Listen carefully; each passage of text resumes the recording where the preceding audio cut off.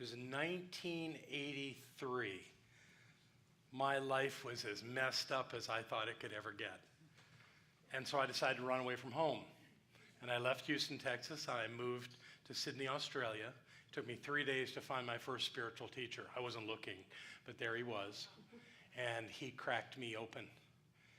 So I spent a year there with him, with the idea that he was the only one that understood these things.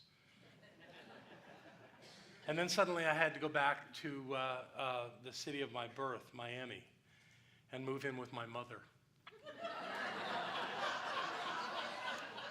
I borrowed her car on the third day I was there, and I was driving down Miller Road. And I passed a place that I'd passed thousands of times in my life, but never noticed. And it wasn't the pretty sign that said, Center for Positive Living. I didn't see that one. I saw the one that said, Science of Mind. That's all it said. And it was almost like the car pulled itself into the parking lot. I got out, I went in the office. Nobody was there. But then a woman came out from the back, and I said, what's Science of Mind? I don't know what she said, but she invited me to come on Sunday. And I did. I sat in that chair on the front row for 5 years and listened to her teach me about life.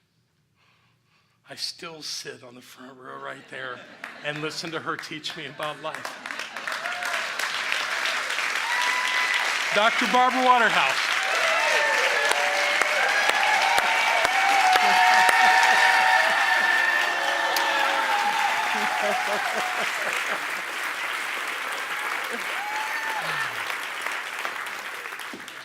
Good evening. Dr. Ken Gordon, I love you. You make me crazy sometimes. And we have had our ups and downs over the years, but I love you. I love you. I love you.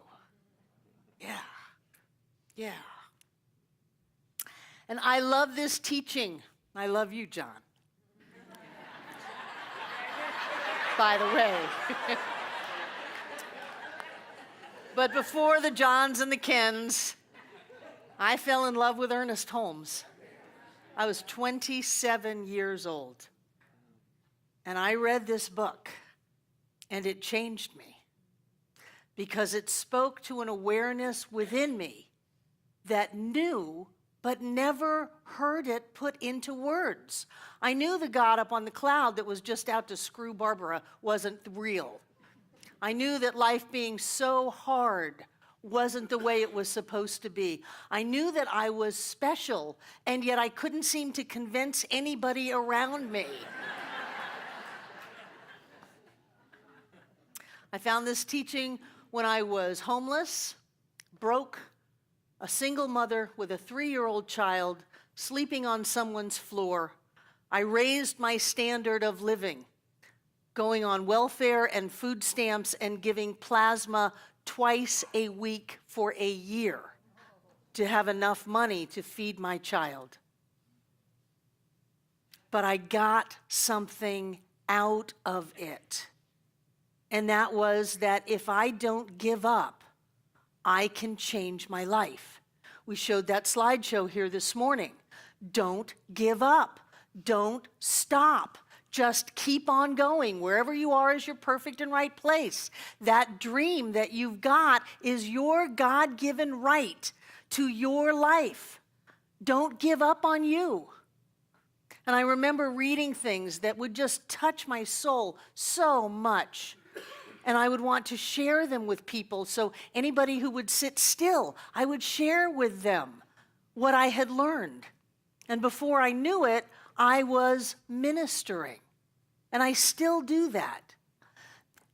And I believe, speaking to my colleagues, I believe that our responsibility to ourselves, our centers, and our world is to walk our talk.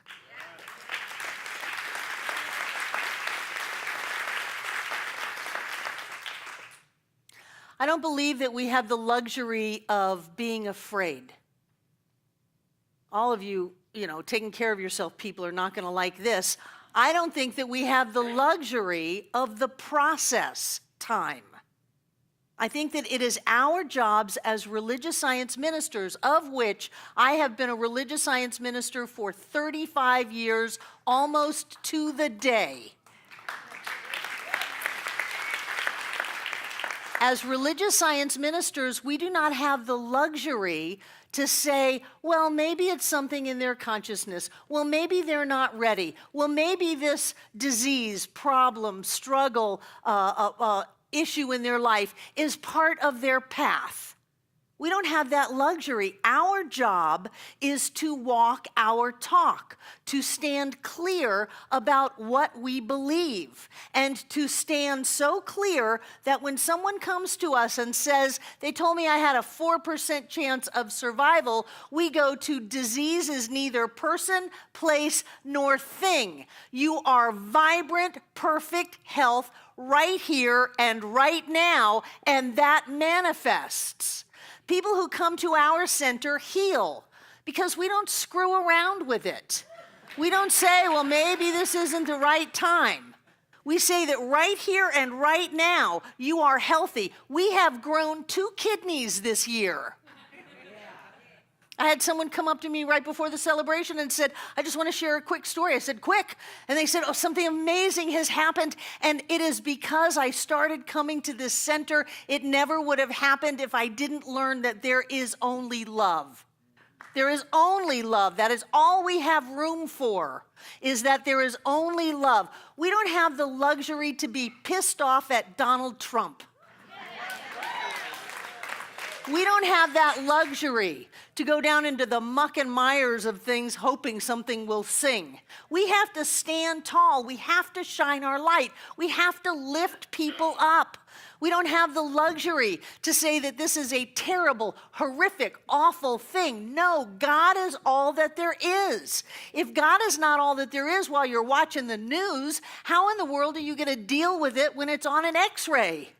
How are you going to deal with it when it comes from a letter from the bank? How are you going to deal with it when that person that you should have left long ago says, I'm leaving you? We don't have that luxury. We are religious science ministers. We are the leaders of this movement. And what does this movement say? I like the original textbook better than the revised, forgive me, Maud.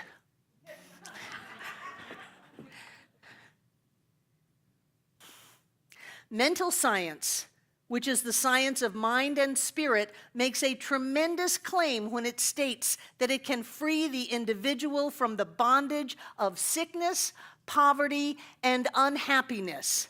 But it makes that statement without hesitation and without qualification. It does not back down from that, and it never will. It can heal every individual from the bondage of sickness, poverty, and unhappiness. I was sick. I was poor. I was unhappy, and I was healed. I know that it can do this. It is our job to bring that to our people and to the world. It is our job to do that. We don't get to say, oh, well, I'm not up to it today. You don't get to do that.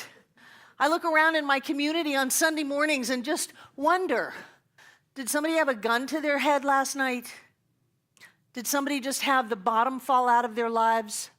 Did somebody just lose someone that they didn't think they could live without? Who is in my community, and what do I have to be to lift them up? I have to be clear about what this teaching is. Ernest says, truth known demonstrates instantly. Not in a month, not in a year, not some other lifetime down the road, instantly. Yes, instantly. And so the x-rays changed, and my favorite phrase recently is, the doctors were perplexed. The doctors were perplexed. I thought it was impossible, and yet here it is. Truth known demonstrates instantly. That is what we have to hold, because we can't expect our people to hold that. God, they've only been in this teaching a week, a month, a year, a decade. I've been in this 4 decades. I have to know that so clearly that when my people come, I see through their garbage. I see through their story, I see through their stuff, and I know the truth. Either God is all that there is, or none of this is real. And we do not sacrifice truth for special occurrences, special situations, whether it's a global event, whether it's nature, whether it's political, or whether it's a crazy person. We don't sacrifice principle. God is in the midst of this. All is well. The world is doing well. I'm so committed to teaching this teaching, to spreading these principles. One of the things that I am so proud of is that we have a website that has 10,000 people a month on it, because everything on it is free. And I spend my free time putting together books that are in public domain and getting them on our website so people in the 2, other than the US, the 2 biggest countries on our website, so people in Russia and China can download our books and listen to our talks.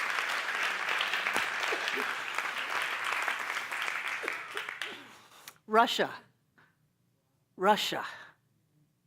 And so I remembered years ago, John and I, when we didn't have it, scraped together what was a lot of money at the time and gave Barbara Leger $1,000 to translate the original Science of Mind textbook into Russian. Now, I've since heard that a lot of other people gave her that same $1,000 to do it, but when we gave it to her, she assured us that that was going to enable the book to be translated, and it would be, this was my criteria, it would be given away to the people in Ukraine. You cannot charge people for a book when they can't feed themselves. And so the book was translated into Russian. And I'm looking at these website stats going, Russia. So what's on our website for free to the world, Judith?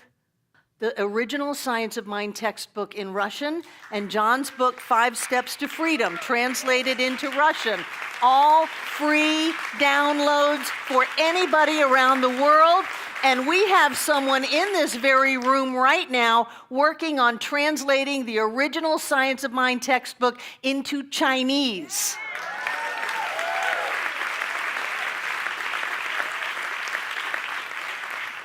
We do not have the luxury to say it's not mine to do.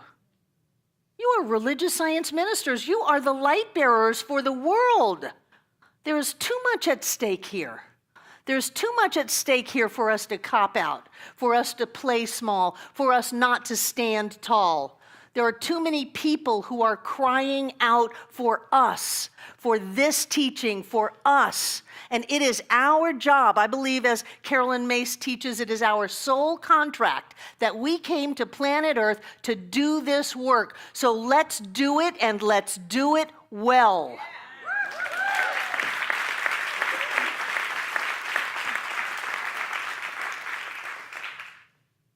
I love Ernest Holmes because it says it doesn't have anything to do with anyone other than you.